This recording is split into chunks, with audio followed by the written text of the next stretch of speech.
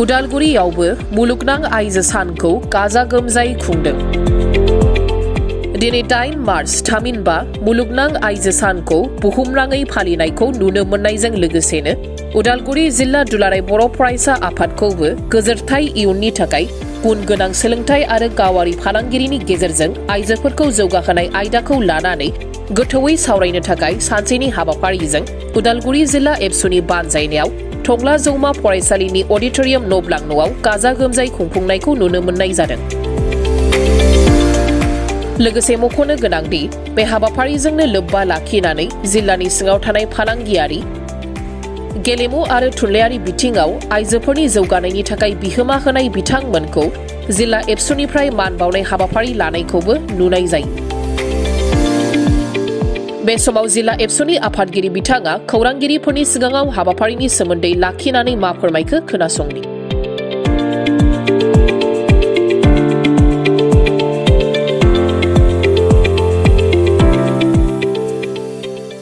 March international women day बेजोंनो लोब्बा लाखिनानै दुलाराय बर' फरायसा आफादाबो दिनैनि बे मुलुगनां आइजो सानखौ गुबुन गुबुन जिल्लायाव गावबा गाव हाबाफारि लानानै खुंदों। मिरु आफाद हिसाबै बेखौ तामुलपुर जिल्लाजों जथायै खुंनाय जादों आरो जों उदालगुरि जिल्ला हिसाबै टंला दख'रा दुलाराय बर' फरायसा आफादनि हेफाजाबाव टंला दख'रानि सिङाव जोङो दिनै बे मुलुगनां आइजो साननि हाबाफारिखौ उदालगुरि जिल्ला हिसाबै जों खुंनाय जादों। दा दिनैनि बे सानाव साफ्रोम बर' आइजो आरो मुलुगनि साफ्रोम आइजो बिथांमोननिसिम उदालगुरि जिल्ला दुलाराय बर' फरायसा आफादनि जानानै जोङो गाहाम हामग्लायनाय बावहरदों। बिथांमोननो इन्टारनेशनेल वुमेन डेनि बेस्ट उइसेस जों जासिहरदों।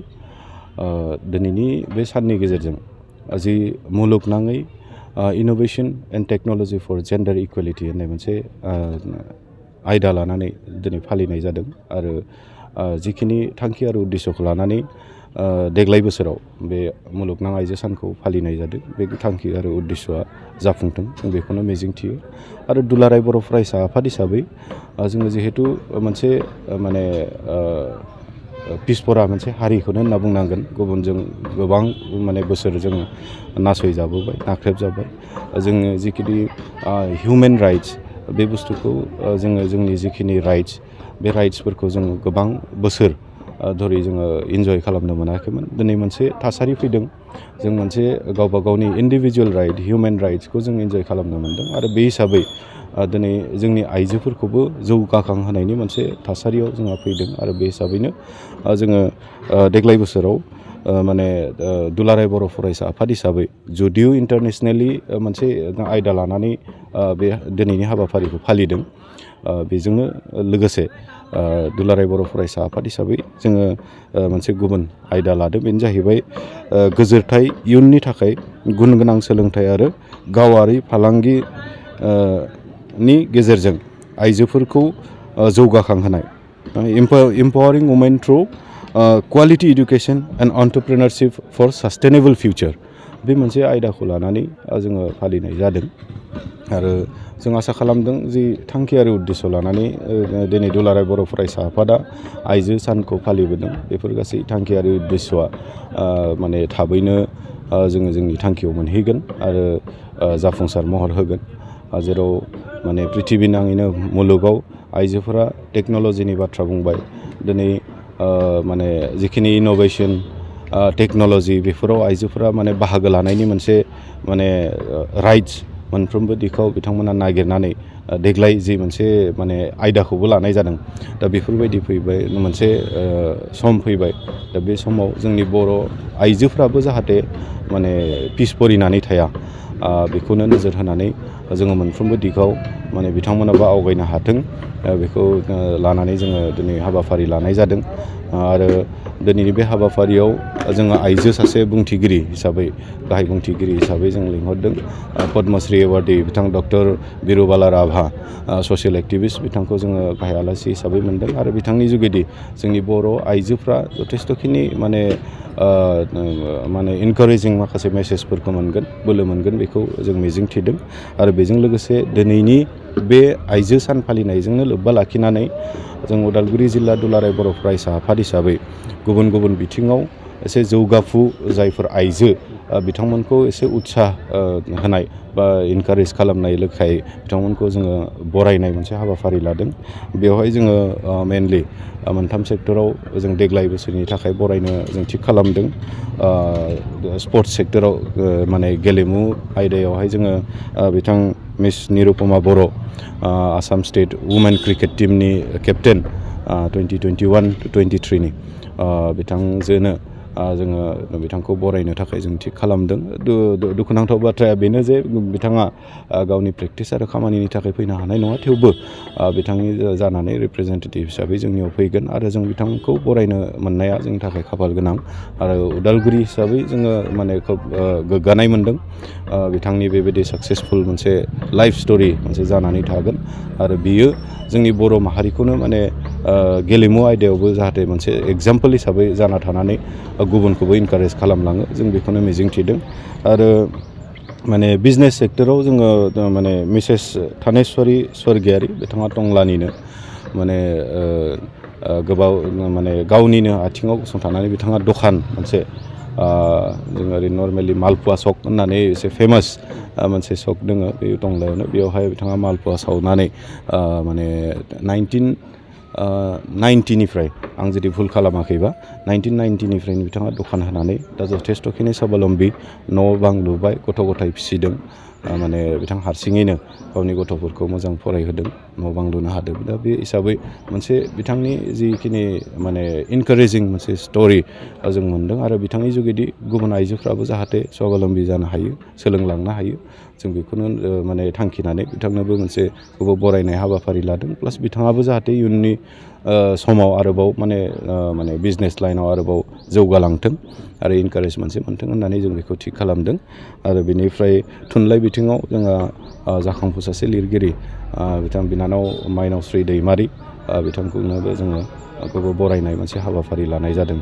दा बेनिखायनो जोङो उदालगुरि जिल्ला दुलाराय बर' फरायसा आफाद हिसाबै जोङो फुंबिलिनिफ्राय जिखिनि हाबाफारि लादों मोनफ्रोमबो हाबाफारिया मोजाङै मोजां जाफुंलांगोन बेखौ जों मिजिंथिदों आरो बे हाबाफारिनि जुगेदि साफ्रोम बर' आइजोफोरनि गेजेराव जाहाथे मोनसे मेसेज थाङो जे आइजोफोराबो मोनसे सिरि मोनखांनांसिगौ आरो माने गावबा गावनि जि मोनसे जेन्डार मोनसे इनइकुवेलिटिखौ लायालाबासिनो माने हौवासाफोरजों लोगोसे हौवा माहारिजों लोगोसे हंगे हंगे बिथांमोनाबो जाहाथे हारि दानायनि, हारि सिबिनायनि, ससाइटि मोनसे दानायनि थाखाय बिथांमोनाबो खामानि मावनो आवगायबोयो, आं बेखौनो मिजिंथिबाय। Thank you.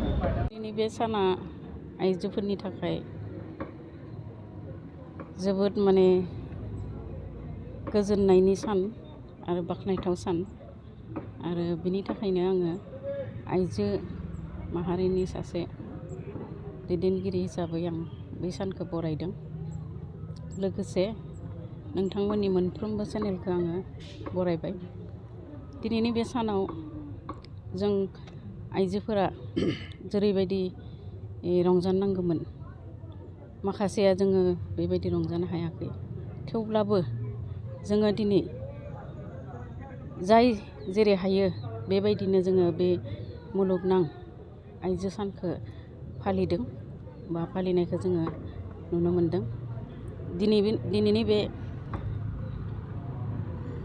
आइजो सानखौ दुलाराय बर' फरायसा आफादनि उदालगुरि जिल्लानि दैदेननायाव टंला जौमा फरायसालिनि बेंखनाव खुंनो लाहार फाहार खालामनाय बा खुंनायनि थाखाय आङो बिथांमोनखौ गिबियावनो साबायखर बावदों।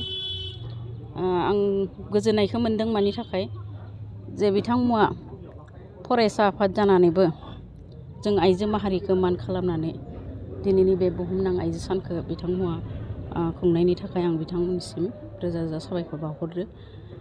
दिनैनि बे सानाव आङो बेखौनो बुंनो लुगैदों, जोंनि आइजोफोरनिसिम मेसेज होनो लुगैदों जे जों जाहाथे बे सानखौ बोसोरफ्रोमबो बेबायदियै गाजा गोमजायै खुंनानै जोङो बै साननि गेजेरजों जों आइजो माहारिनि गेजेराव थानाय माखासे रोंगौथि गोनां बा गावबा गाव नाजानायनि गेजेरजों गावनि आथिङाव गसंनो हानाय आइजो माहारि बिथांमोनखौ जाहाथे जों दिनैनि सानाव लाबोनानै बरायनो हायो। आं बेखौनो आइजो माहारिनि जानानै आं दिनैनि बे साननि गेजेरजों खावलायदों बयखौबो। आरो बेनि अनगायैबो जे जों जाहाथे जोंनि मोननांगौ मोनथाय कनस्टिटिउसनेल जिथु मोनथाय बे मोनथायखौ जाहाथे जों बयबो मोननो थाखाय नाजायो, बेखौबो आं आइजो माहारिसिम खावलायदों। बेनि अनगायैबो जे जोंहा बयबो समान मोनथाय। दिनैनि बे दिनानो जाहैबाय जे आइजो माहारिया जेब्ला समाजाव नासयनाय बायदि मोनदोंमोन, गावखौनो नासयजानाय बायदि मोनदोंमोन, आरो बे नासयजानायनिफ्राय जोङो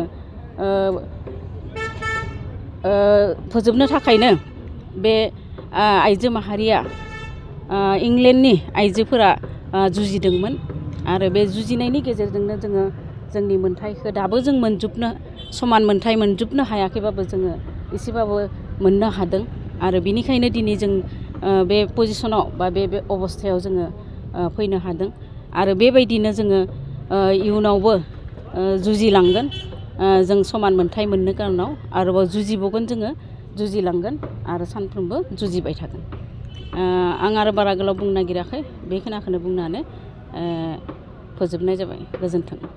हेलेना मुंख्लं हेलेना बसुमतारी आरो मुंख्लं गायदे बसुमतारीनि जि कन्ट्रिबिउसन बा नैबे बुहुमनां सानाव जोबोद बाख्नायथाव होनना बुंनांगोन।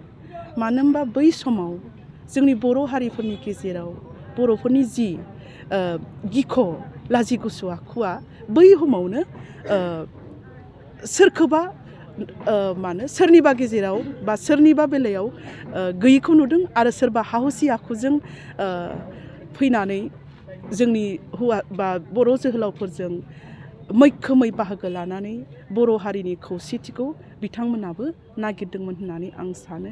आरो बिथांमोननि बिहोमाया, बिथांमोननि जि कन्ट्रिबिउसन, बियो दिनैसिम जोंनि बर' आइजोफोरनि गोसोआव हाबनानै थुलुंगा होगासिनो दङ। आरो बिथांमोना नि थुलुंगाखौ लानानै जों आवगायलाङोब्ला निस्सय जोङो सानसे जोंनि गेजेरावबो आब' हेलेनमोन बायदि, गायदेमोन बायदि आरो गोबां ओंखारबोगोन होननानै आं सानो। जोंनि बेनि जाहोनखौ जों नागिरनो थाङोब्ला जोंनि बर' आइजोफोरा मबेबा नङा मबेबायाव गावखौ बैसोरजों खाबजानो होनो रोङाखै। मानो होनोब्ला जोङो गुबुनजों बा गुबुननि मटिभेट लानांगोन, बा गुबुनखौ जों सोलोंनानै बेजों थांफानो जोङो गावखौ इन्टेनसनेलि फैयाखै होननानै आं सानो। मानो होनबा जों गुबुनखौ नुगासिनो दङ। अख्रांसेयाव दिनै दावबायबाय, थांनाय बोसोराव जोङो फ्लाइटनि फार्स्ट पाइलट हिसाबै आइजोनिफ्राय फैबाय। बिदिनो जोङो प्राइम मिनिस्टार जोङो मोनबोबाय इन्दिरा गान्धी। दिनै जों मोनबोदों वेस्ट बेंगलाव ममता बेनार्जी। दिनै जोङो बांलादेशआव मोनबोदों हासिना वाजेदमोनखौ मोनबोदों। नाथाय बिथांमोननि जि कन्ट्रिबिउसन, बिथांमोना माबायदि मावलांनाय, बिथांमोना बोरै जालांनो मोनखो, दा बिथांमोननि हिस्टरिखौ लानानै जोंबोदि साफा साफा जाहैनो नाजागोन बा जाहैनांगौ, बेखौ जोङो जोगारलांबाय थादों। आरो मोनसे जाहोना बेनो, जोङो नांथाबनो गोसो गैया, डेडिकेट खालामनो जोंनाव दिनैसिमबो नांथाबनो हानाय गोहोआ गैया। आरो बावसोमनानै खामानि मावनो रोङैनि थाखायनो जोङो हयथ' बैनिफ्राय एखुथा जानानै दङ होनना आं सानो। दिनै जि टीम नुदों, बे टीमा innovation and technology for gender equality. जेन्डाराव समान मोनथाय बयहाबो दङ। दिनै टेक्न'लजि हिसाबै जों जोंनियाव नायनो थाङोबा खुब जिर'। दा हिसाबै जोङो बैखो सोनारनानै दिनैनि जि टीम, बुहुमनां सान आइजो फालिनायनि जि टीम, बे टीमनि आयदाखौ नायनानै जोङो ओंखारबोनो रोंनांगोन, टेकनिकेलजों जों थांफानो रोंनांगोन। बेखौ आं सानो दिनैनि बर' आइजोफोरखौ।